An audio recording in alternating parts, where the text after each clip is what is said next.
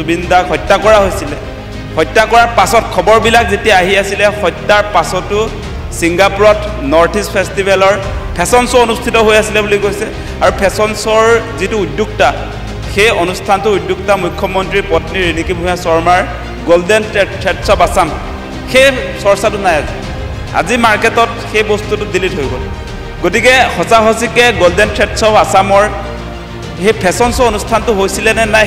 সেই কথাটো আমাক মুখ্যমন্ত্ৰীয়ে জনাব লাগে গোটেই আপডেটছবিলাক যিহেতু মুখ্যমন্ত্ৰীৰ ফালৰ পৰা দি থকা হয় গতিকে সেই যে চৰ্চাবিলাক হৈ আছিলে 19 তাৰিখৰ আমাৰ মিডিয়াবিলাকত সংবাদ মাধ্যমত যিটো আটাইতকৈ গুৰুত্বপূৰ্ণ বাতৰি আছিলে যে জুবিন দাৰ মৃত্যুৰ পাছত কেনেকৈ ফেষ্টিভেল মহন্তই তাত ফেশ্বন শ্ব' পাতিব পাৰিছিলে সেই প্ৰশ্নবিলাক আহি আছিলে আৰু সেই ফেশ্বন শ্ব'টো কাৰ আছিলে বুলি কওঁতে সেই সময়ত চৰ্চা হোৱা বিষয় আছিলে যে গোল্ডেন থ্ৰেডছ অফ আছাম মুখ্যমন্ত্ৰীৰ পত্নীৰ মালিকানাধীন যিটো অনুষ্ঠান মুগাৰ ব্ৰেণ্ডৰ কাৰণে কৰে বুলি কৈছে সেই ফেশ্বন শ্ব' কেনেকৈ চলি আছিলে সেই কথাটো আমাক জনালে ভাল হয়